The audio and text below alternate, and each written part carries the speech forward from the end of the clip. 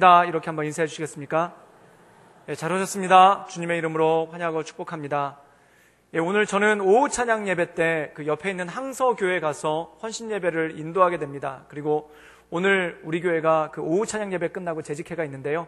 재직회 시작하기 전까지 쏜살같이 오도록 하겠습니다. 그래서 예배 잘 인도하고 잘 시간 맞춰서 올 수 있도록 그렇게 기도해 주시길 바랍니다. 오늘 저는 그들의 믿음을 보시고 라는 제목을 가지고 함께 하나님의 말씀을 나누기를 원합니다. 이 프랑스 파리에 가면은 뽕네프의 다리라는 다리가 있는데 그 다리는 연인들의 다리 또는 사랑하는 사람들의 다리로 유명합니다. 그 이유가 뭐냐면 그 주변의 경치가 굉장히 좋기 때문에 많은 남녀들이 그곳에서 데이트를 하기도 하고 또한 사랑의 서약을 하는 그런 일들이 많기 때문에 이 뽕네프의 다리를 사랑의 다리 또는 서약의 다리라고들 많은 얘기를 하죠. 근데 거기서 사람들이 한 가지 의식을 치르는데 그 의식이 뭐냐면은 자물쇠를 사다가 다리 난간에다가 꼭 잠가놓고 그 열쇠를 강에다가 던져서 버리는 그러한 의식이 있다고 합니다. 그게 무슨 뜻이냐면은 여기 있는 자물쇠가 열쇠가 없어서 열리지 못하기 때문에 우리 사랑도 이것과 똑같이 변치 않는다 라는 그런 의미로 이 다리 난간에다가 자물쇠를 걸어놓는다는 거예요. 근데 얼마나 많은 사람들이 와서 자물쇠를 걸어놓는지 이 자물쇠의 무게 때문에 다리가 무너지게 생겨가지고 결국 파리시에서 이 난간을 철거를 해가지고 그 자물쇠를 다 치웠다라는 그런 얘기가 있습니다. 근데 그럼에도 불구하고 이 사랑하는 남녀가 물부르르 안 가리는 남녀가 거기 와서 자물쇠를 계속 걸어놓는 그러한 일들이 있어서 시의 골칫거리가 되고 있다라는 그런 이야기가 있습니다. 근데 우리나라도 동일한 것이 있는데 서울의 남산에 올라가면은 서울 전망이 보이는 전망대가 있습니다. 그 앞에 난간에다가 수많은 남녀들이 자물쇠를 걸어놓고 그 열쇠를 산에다 갖다 버려서 환경이 파괴될 뿐만 아니라 그 자물쇠 무게 때문에 난간도 위태위태하다라는 그런 기사를 접한 적이 있습니다. 부산은 그런 곳이 없는가 봤더니 그 광복동의 롯데백화점 옥상에 하늘정원의 난간이 하나 있는데 거기다가 줄기차게들 자물쇠들을 걸어놓고 계시더라고요. 그리고 그 자물쇠 열쇠는 어디다 던지는지 모르겠습니다. 그런데 그 자물쇠를 걸어놓는 행위가 뭐냐면은 우리 사랑이 영원히 변치 않는다라는 것을 상징적으로 드러내는 그러한 행위가 바로 이 자물쇠를 걸어놓는 행위죠. 근데 사랑하는 여러분, 거기 자물쇠를 걸어놓은 남녀들 가운데 그들은 지금 어디서 뭘 하고 있을까요? 물론 많은 남녀들이 결혼에 골인을 하고 또한 그 사랑을 이루어서 한 가정을 이룬 결혼을 한 남녀들도 상당히 많으리라 생각이 됩니다.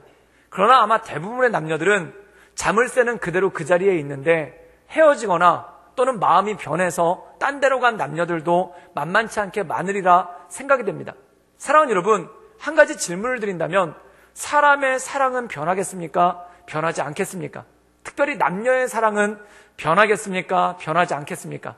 아마 남녀의 사랑만큼 잘 변하고 남녀의 사랑만큼 잘 바뀌는 게 아마 없을 것입니다.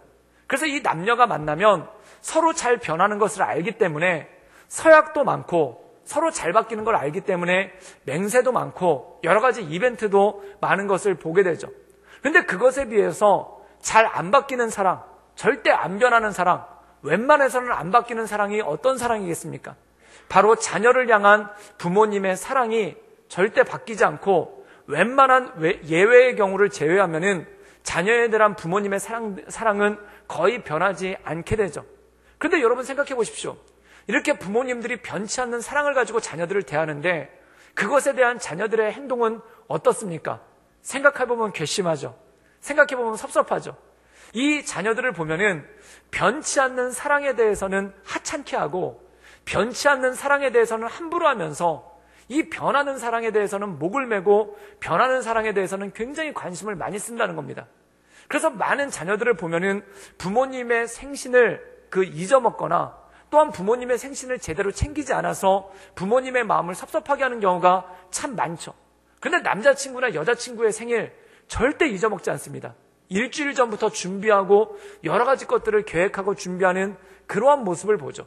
그럼 거기서 사람의 마음이라는 것이 나오는데 변치 않는 사랑에 대해서는 함부로 하고 변치 않는 사랑에 대해서는 하찮게 여기면서 변하는 사랑에 대해서는 그것을 꼭 붙잡으려고 어떻게든 발버둥 치는 그러한 모습이 그 안에 있는 것을 볼 때가 있다는 것입니다. 그렇다면 왜 자녀들이 그렇게 할까요? 그건 뭐냐면 부모님 사랑에 대한 확신이 있어서 그래요.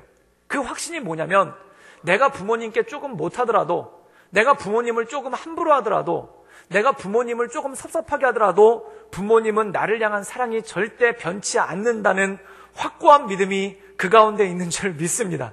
그런데 남자친구, 여자친구한테는 좀만 섭섭하게 하면 도망갈 것을 알기에 조금이라도 틈을 보이지 않으려고 애쓰는 그러한 모습이 그 안에 있다라는 것이죠. 사랑하는 여러분, 혹시 여러분 자녀들이 우리 부모님들께 섭섭하게 할 때 그때 이런 믿음을 가지시길 바랍니다. 얘네들이 내 사랑을 확신하고 있구나.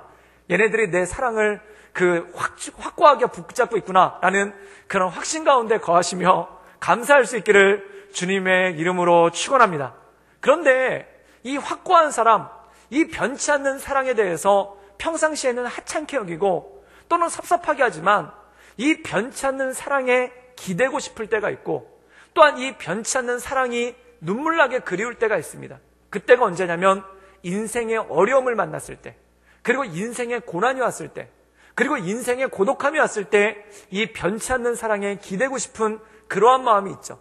그래서 참 군대 가면은, 특별히 남자분들은 군대 가면은 어머니 생각, 부모님 생각이 그렇게 많이 납니다. 그래서 웬 국가에는 후렴에 그렇게 어머니에 대한 가사가 많은지 전혀 문맥적으로 맞지도 않는데도 갑자기 뒤에 어머니가 튀어나와요. 그러면은 그 문맥도 안 맞는 가사를 부르다가 어머니가 나오면은 왜 이렇게 눈물이 나는지, 왜 이렇게 눈물이 콸콸콸 쏟아지는지 알 수가 없습니다. 그건 뭐냐면 그 변치 않는 사랑에 기대고 싶고 그 변치 않는 사랑이 그리워서 그렇죠.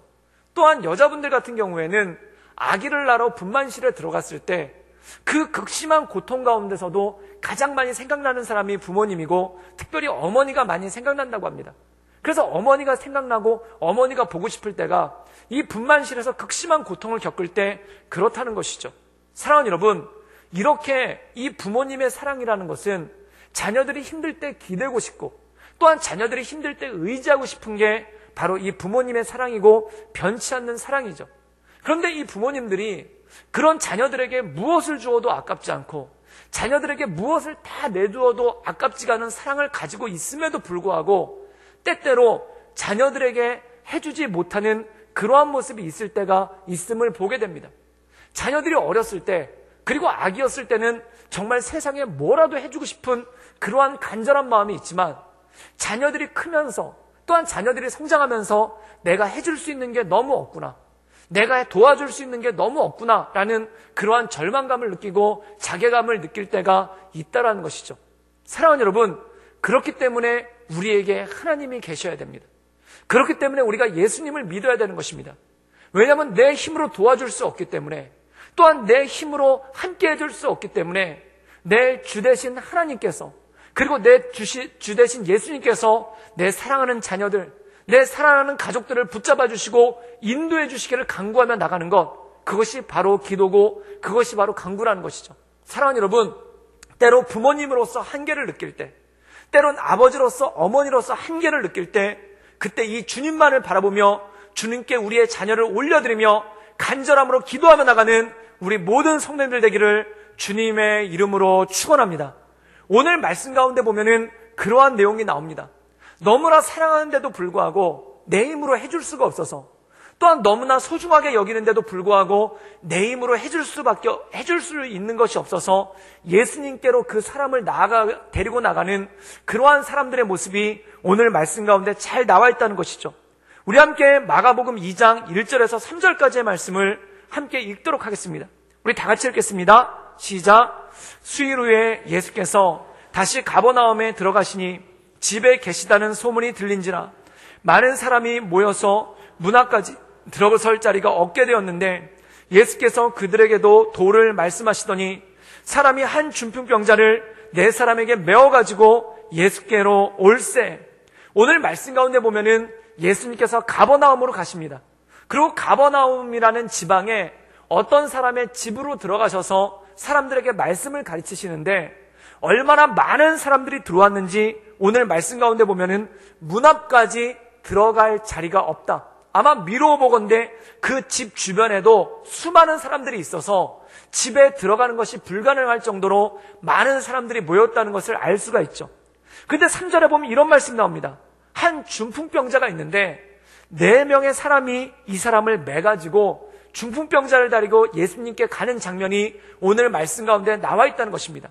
아마 이 중풍병자는 전신마비가 와서 온몸을 쓸 수가 없어서 아마 들것에 실려 있고 4명의 사람들이 그 들것에 한 귀퉁이씩을 들고 예수님께 나가는 장면이 바로 오늘 이 장면이라는 것입니다.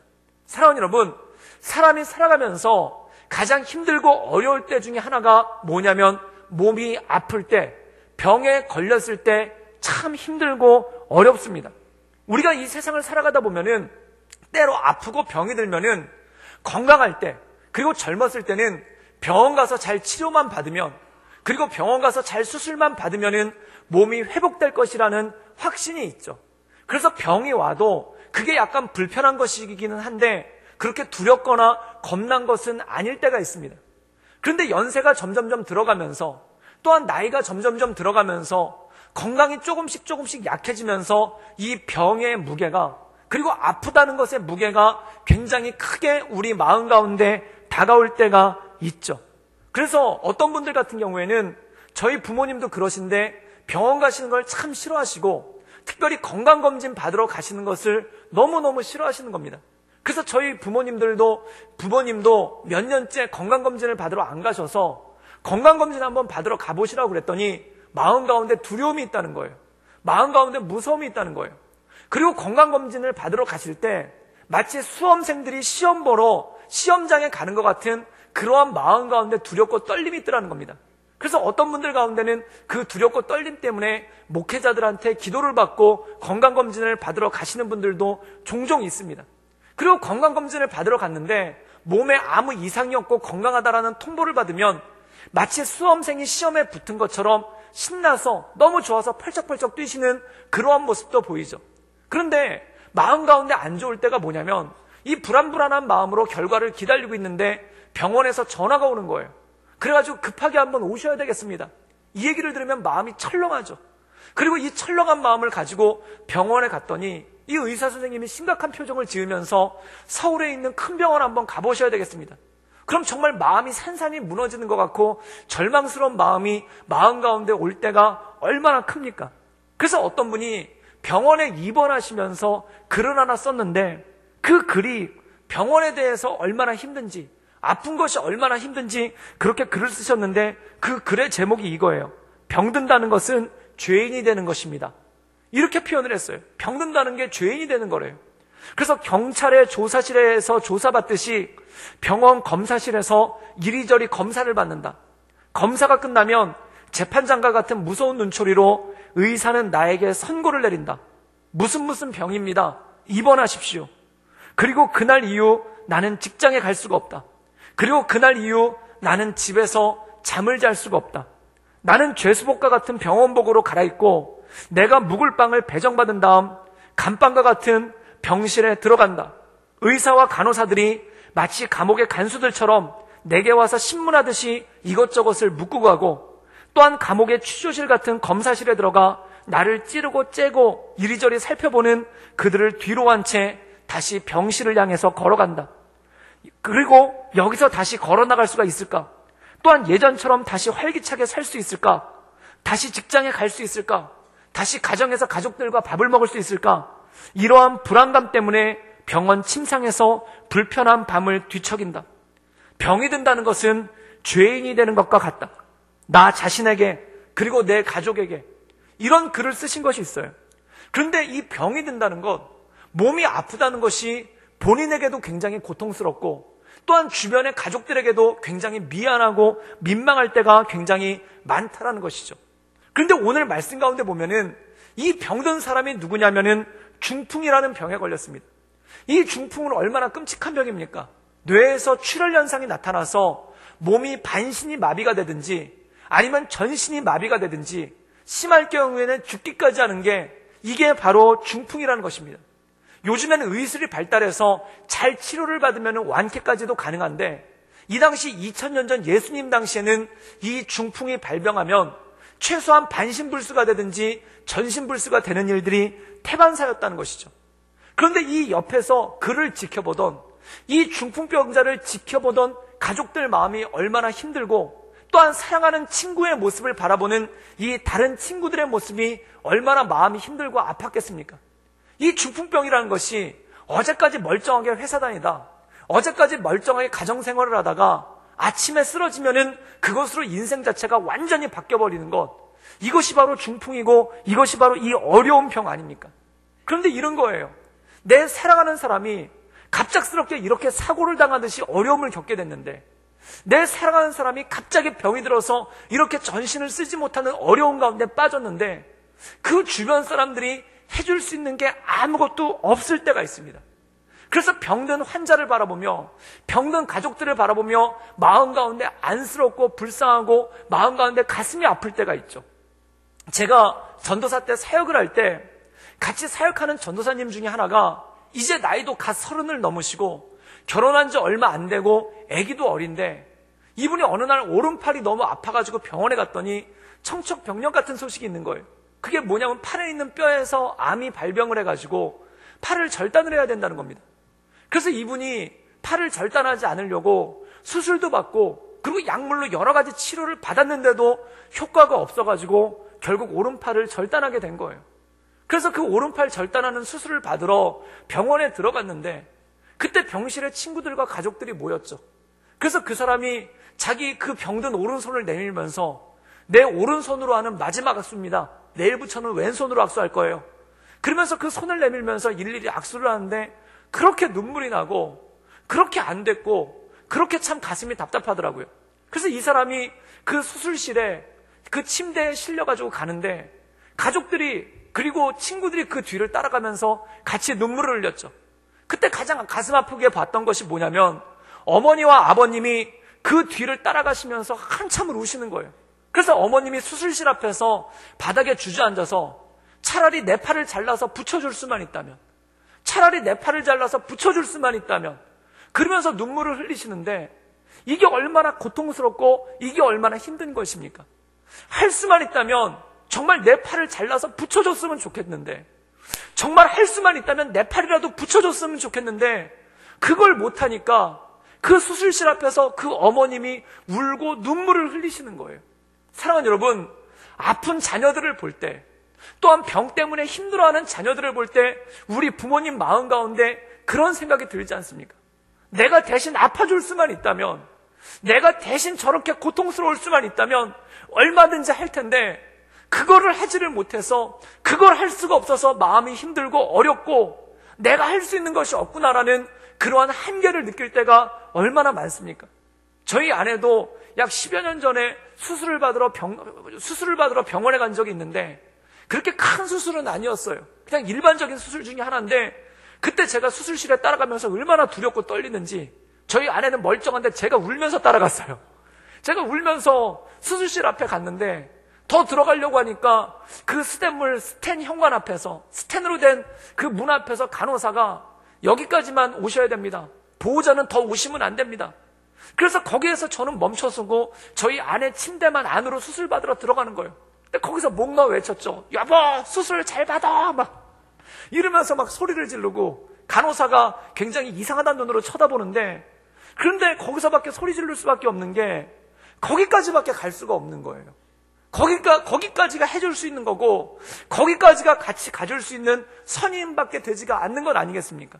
사랑하는 여러분, 많은 수험생들이 시험을 봅니다.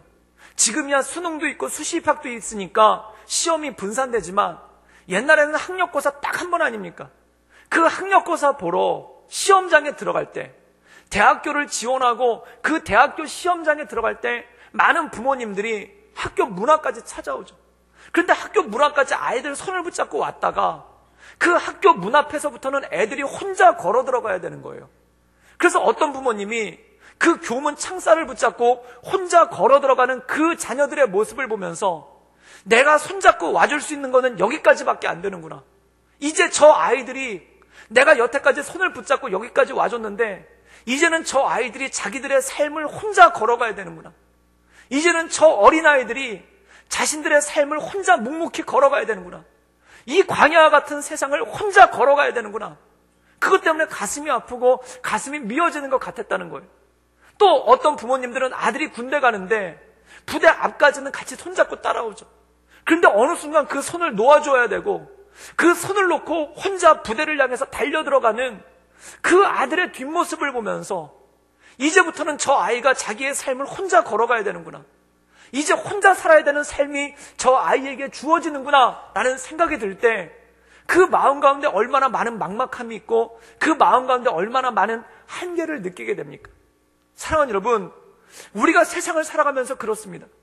너무나 소중한 사람인데, 내가 너무나 아끼는 사람인데, 내가 너무나 사랑하는 사람인데, 그가 고통받을 때, 그가 힘들 때, 그가 어려움에 처할 때 해줄 수 있는 것이 없어서 눈물만 흘리고, 해줄 수 있는 것이 없어서 마음 아프게 가슴만 치며 마음에 주저앉아 있는 그러한 모습이 있을 때가 얼마나 많습니까? 오늘 중풍병자를 대하는 가족들의 마음, 이 중풍병자를 대하는 친구들의 마음이 그렇다는 것입니다. 내 사랑하는 사람이 병들어 쓰러졌는데, 내 사랑하는 사람이 병들어 넘어졌는데, 내 사랑하는 사람이 병들어 아파하는데 해줄 게 아무것도 없는 거예요. 그래서 이 해줄 게 아무것도 없는 사람들이 무엇을 했는가? 이 환자를 데리고 예수님께로 나아가더라는 것입니다. 사랑하는 여러분, 이것이 바로 기도인 줄 믿습니다. 내가 더 이상 해줄 게 없어서, 내가 더 이상 해줄 수 있는 게 없어서 주님 앞에 무릎 꿇고 기도하는 거예요.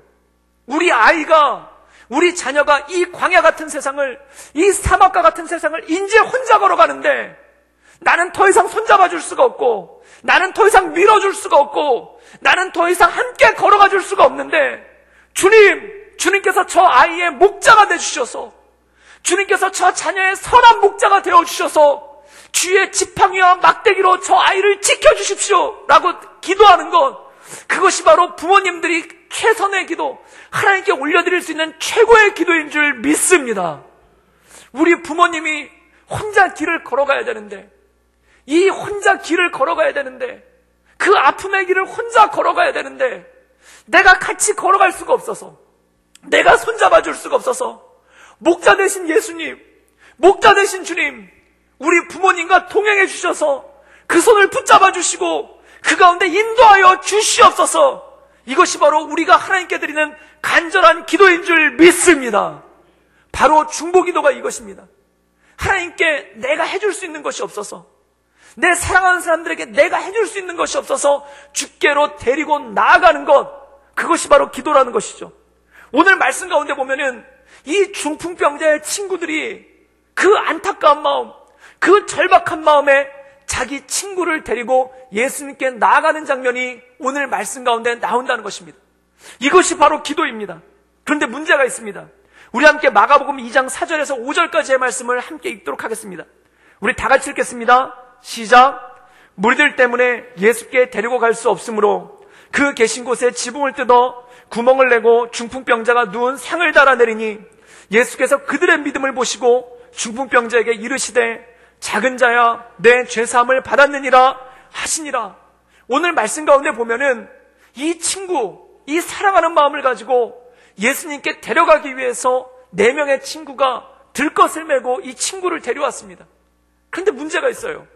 사람들이 너무 많아서, 사람들이 그 주변에 가득 차서 이 친구를 예수님께 데려갈 수 없는 거예요. 그런데 이들이 어떻게 했는가? 거기서 포기하는 것이 아니라 지붕으로 올라가서 지붕을 헐어내리고, 그리고 그 틈으로 자기 친구를 예수님 앞으로 내리는 장면이 오늘 말씀 가운데 나온다는 것입니다. 이것이 무엇인가? 강청기도입니다. 주님 앞에 나의 모든 것을 쏟아놓고 하는 기도, 주님 앞에 간절함으로 매달리는 기도, 주님 앞에 눈물로 간구하는 기도, 이것이 바로 포기하지 않는 기도, 강청기도라는 것이죠. 이들이 왜 이랬겠습니까? 절박하니까 그런 거예요. 이들이 왜 이랬겠습니까? 너무나 간절하니까 그런 거예요. 그럼 왜 그렇게 절박하고 왜 그렇게 간절했겠습니까? 사랑하는 마음이 너무 깊기 때문에, 그 사랑하는 마음이 깊기 때문에 이 절박한 기도를, 이 간절한 기도를 주님 앞에 올려드린 것이죠. 누가복음에 보면은 예수님께서 이런 비유를 하십니다. 한 여인이 있다. 남편 없이 혼자 사는 여인인데 이 여인이 억울한 일을 겪은 거예요. 그래서 재판장한테 가가지고 자기의 억울함을 풀어달라고 하는데 이 재판장은 악한 사람이에요. 뇌물을 받아야지만 판결을 해주는 그런 악한 재판장이에요. 그런데 이 여자는 악한 재판장한테 줄 뇌물이 없는 거예요. 그러니까 이 재판장이 이 여자의 억울함을 안 풀어줍니다. 그러니까 이 여자가 어떻게 하냐면은 이 재판장 집 앞에 서가지고 재판장이 나가고 들어올 때마다 이 사람을 붙잡고 내 억울함을 풀어주십시오. 내 억울함을 풀어주십시오라고 울부짖는 거예요. 그때 이 재판장이 어떤 반응을 보이냐면 내가 저 사람의 억울함을 풀어주고 싶은 마음은 없으나 저 사람이 이렇게 강구하니 저 사람의 억울함을 풀어주지 않으면 이 여인이 나를 귀찮게 하겠구나 라고 해서 이 여자의 억울함을 풀어준다는 거예요. 그때 예수님이 이렇게 말씀하십니다. 하물며 악한 재판장이라도 강청하는 자를 외면하지 않는데 너희를 사랑하시는 하나님께서 너희를 사랑하시는 그 하나님께서 너희의 강청함을 들어주시지 않겠느냐. 사랑하는 여러분, 여러분의 삶에 가지고 있는 그 모든 절박함과 간절함을 가지고 주 앞에 강청하며 기도하며 엎드릴 수 있기를 주님의 이름으로 축원합니다. 오늘 말씀 가운데 보면 이게 바로 그건 거예요. 갈 수가 없으니까 올라가서 지붕을 헐어내고 거기서 자기 친구를 내려보내는 거예요. 이게 바로 강청함의 기도라는 겁니다. 그런데 놀라운 역사가 있습니다. 마가복음 2장 5절에 보면은 예수님께서 그들에게 이런 말씀을 하시죠. 우리 다시 한번 다 같이 읽겠습니다. 시작. 예수께서 그들의 믿음을 보시고 중풍병자에게 이르시되 작은 자야 내 죄사함을 받았느니라 하시니, 이 말씀에 보면 놀라운 말씀입니다. 예수께서 그들의 믿음을 보시고, 여기서 그들이 누구입니까? 지붕을 헐어냈던 그들, 예수님께 자기 친구를 데려가기 위해서, 예수님께 중풍병자를 데려가기 위해서 그 지붕을 헐어냈던 그들의 강청함을 보시고, 그들의 간절함을 보시고, 그들의 절박함을 보시고, 그들의 그 믿음을 보시고 오늘 말씀 가운데 중풍병자를 치유하시는 놀라운 역사가 일어난 줄 믿습니다. 사랑하는 여러분, 내가 내 자녀를 위해 강청하며 기도할 때, 내가 내 사랑하는 가족들을 위하여 강청하며 기도할 때, 내가 내 부모님을 위하여 강청하며 기도할 때 주님께서 내 믿음을 보시고 그들 가운데 하나님의 역사를 이루어내신 줄 믿습니다. 이것이 바로 주님의 역사라는 것입니다. 저는 전도사 때, 교육전도사 때 고아원에서 2년 동안을 사역을 했었습니다. 그 고아원이 유치원 애들부터 그 고등학교 3학년까지 60명 정도의 여자애들이 모여있는 그러한 고아원인데, 거기서 예배를 인도하고 성경 공부를 시키고 상담을 해주고 그런 일들을 했었어요. 그런데 이 고아원이 한 가지 유명한 게 있는데 합창단이 유명합니다. 그 이유가 대학교 교수님 중에 음대 교수님이 있는데 그분이 여기 와서 자원봉사를 하세요. 근데 얼마나 열심히 잘 가르치시는지 이 60명의 여자아이들이 화음을 내면서 노래를 하는데 정말 아름다워요. 그래서 이들이 어디 초대 가서 합창을 하기도 하고, 또한 연말이 되면 후원자들을 모아놓고 후원의 밤으로써 이 콘서트를 합니다. 그런데 겨울이 다가오고 이 콘서트 후원의 밤을 준비를 하는데 60명이 다 노래를 잘 부르면 얼마나 좋겠습니까? 근데 그 중에 단지 노래를 못 부르는 게 아니라 좀 반항하는 애들이 있었어요. 그래가지고 이 교수님이 연습을 시키는데 연습도 안 하고 떠들고 딴짓하고 방해하고 시시덕거리고 이런 애들이 있어서 이 교수님이 화가 나가지고 이 애들을 쫓아낸 거예요.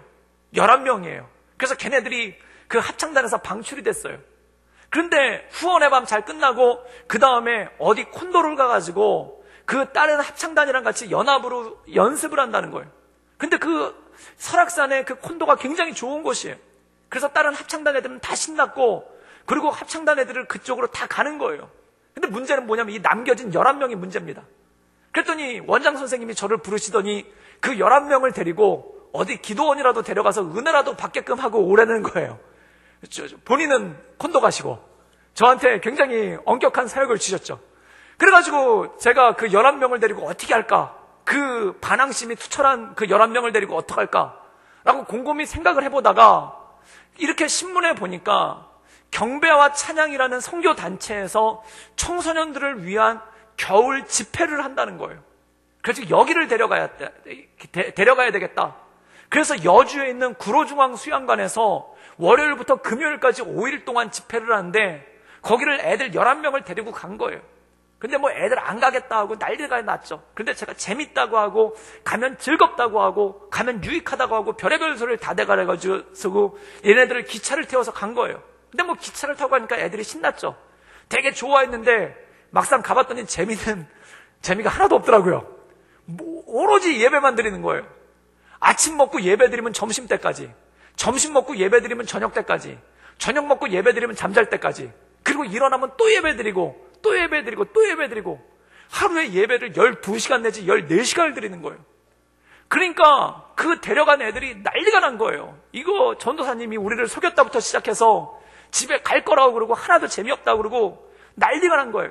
근데 문제는 뭐냐면은 거기 한 1000명 정도가 모였는데 다른 애들은 다 손들고 열심히 찬양하고 은혜 받고 다 찬양하면서 기도하고 열심히 기도하면 나가는 거예요. 그리고 다 일어서서 찬양을 하는데 그때 자리 위치가 어떠냐면은 남자 여자를 따로 앉혀서 여자는 이쪽에 앉아있고 남자들은 이쪽에 앉아있고 가운데는 스태프들이 가르고 있어요.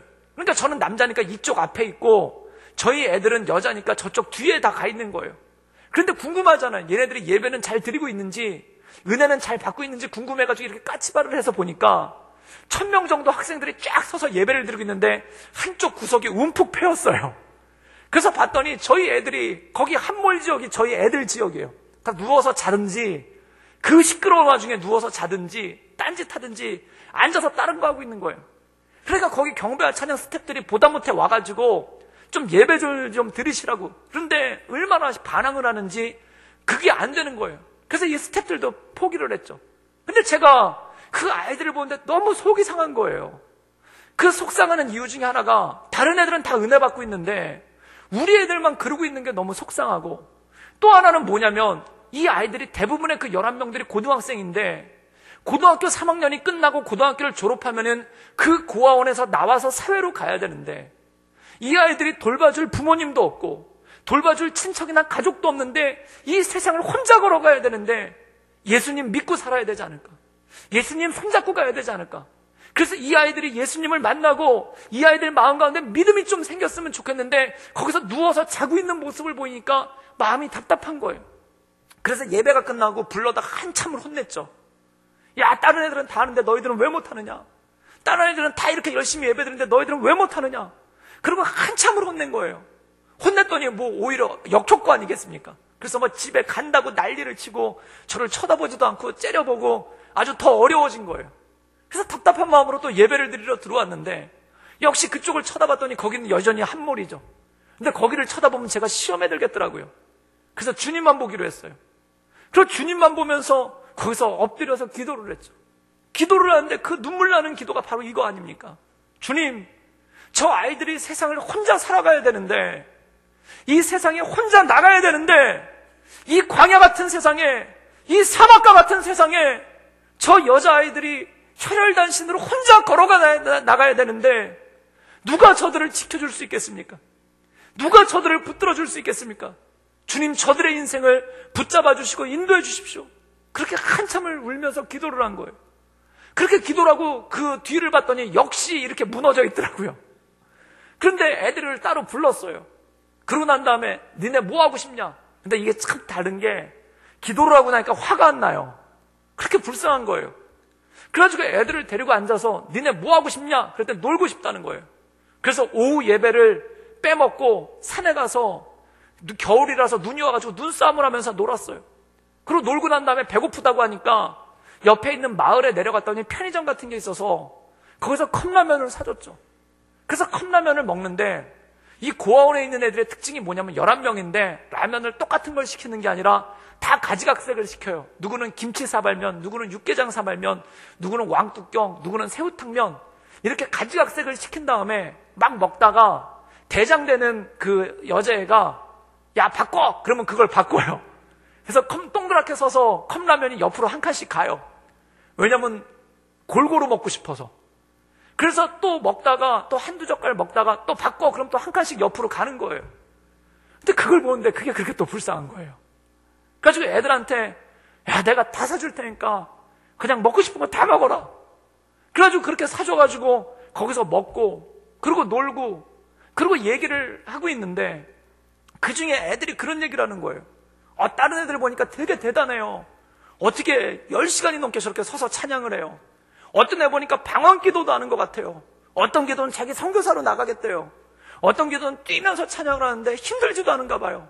딱 그렇게 얘기를 하면서 자기들이 본바를 간증을 하는 거예요. 그런데 그 중에 제일 언니 되는 애가 저한테 갑자기 정색을 하면서 이런 질문을 하는 겁니다. 전도사님, 그런데 왜 저희는 찬양을 못할까요? 왜 우리는 다른 애들은 다 찬양하는데 누워서 잠만 잘까요? 그렇게 질문을 하길래 제가 굉장히 지혜로운 답변을 해줬습니다. 그것은 너희들이 다 뒤에 앉아있기 때문이야. 앞으로 오면은 될 수도 있어. 그랬더니 얘네들이 진짜 다 앞으로 온 거예요. 그래가지고 저녁 예배 때 됐는데 애들이 다 앞으로 나왔어요. 11명이. 그랬는데 뒤에서 세던 바가지가 앞에서라고 안 세겠습니까? 이번에는 앞에가 한 몰이에요. 그러니까 앞에서 다 누워있는 거예요. 다 졸고 있고 그 시끄러운데. 그러니까 이 인도하시는 목사님이 참 답답한 눈으로 쳐다보시더라고요. 근데 저는 그 앞에서 그것도 감사한 거예요. 뒤에 있던 애들이 앞으로 나온 것만 해도 감사한 거예요. 그래서 또 기도했죠. 주님, 저 아이들을 붙잡아 주시고 저 아이들을 인도해 주시고 저 아이들 가운데 하나님의 은혜를 내려주셔서 예수님 믿고 예수님 의지하는 삶 살게 해주십시오. 그리고 기도한 거예요. 그리고 집회 마지막 날에 간절히 기도하기 원하시는 분들은 앞으로 나오시면 기도해 주신다고 그래가지고 앞에 강대상으로 나오라고 그러는데 그때 나오라고 할 때 제가 제일 먼저 뛰어나갔어요. 제일 먼저 뛰어나가서 엎드리면서 오늘 마지막 날인데 주님 저희들에게 은혜를 주셔서 저희들이 예수님 손잡고 예수님 의지하고 예수님 바라보고 일평생 살아갈 수 있도록 주님 도와주십시오. 그리고 그때 이 말씀을 읽고 기도가 나온 거예요. 주님, 내 믿음을 봐주셔서 내 강청함의 기도를 봐주셔서 내 절박한 기도를 봐주셔서 저 아이들에게 은혜를 베풀어 주십시오. 그리고 기도하고 있는데 뒤에 느낌이 이상해서 봤더니 그 11명 애들이 병아리처럼 옹기종기 제 뒤에 다 모여서 같이 기도를 하고 있는 거예요. 근데 그 기도 내용이 저희는 예수님 모릅니다. 저희는 말씀도 모릅니다. 저희는 예배도 할 줄 모릅니다. 그런데 우리 전도사님이 기도하는 것처럼 예수님 알게 해주세요. 예수님 믿게 해주세요. 예수님과 동행하게 해주세요. 그러고 기도를 하는 거예요. 그래서 그 앞에 있던 목사님이 같이 그 아이들에게 안수를 하면서 저한테도 안수를 해주시고 같이 기도를 했었습니다. 사랑하는 여러분, 내 믿음을 보고 내 강청함을 보고 내 절박함을 보고 내 간절함을 보고 주님께서 응답하신 줄 믿습니다. 그분이 하나님이십니다. 이 지붕을 헐어낼 정도의 절박함, 이 지붕을 헐어낼 정도의 간절함, 그 지붕을 헐어낼 정도의 그 간구함, 그 네 사람의 믿음을 보시고 예수님께서 중풍병자의 병을 치료해 주신 거예요. 사랑하는 여러분, 이 세상을 묵묵하게 혼자 걸어가야만 하는 내 자녀들이 있습니다. 이 세상을 혼자 묵묵하게 병든 몸을 이끌고 걸어가셔야 되는 우리 부모님들이 계십니다. 이 세상을 혼자의 몸을 이끌고 살아가야 되는 그러한 우리 많은 믿음의 공동체 식구들이 있습니다. 해줄 수 있는 게 너무 없는 거예요. 사랑하는데 소중한데 해줄 수 있는 게 없는 거예요.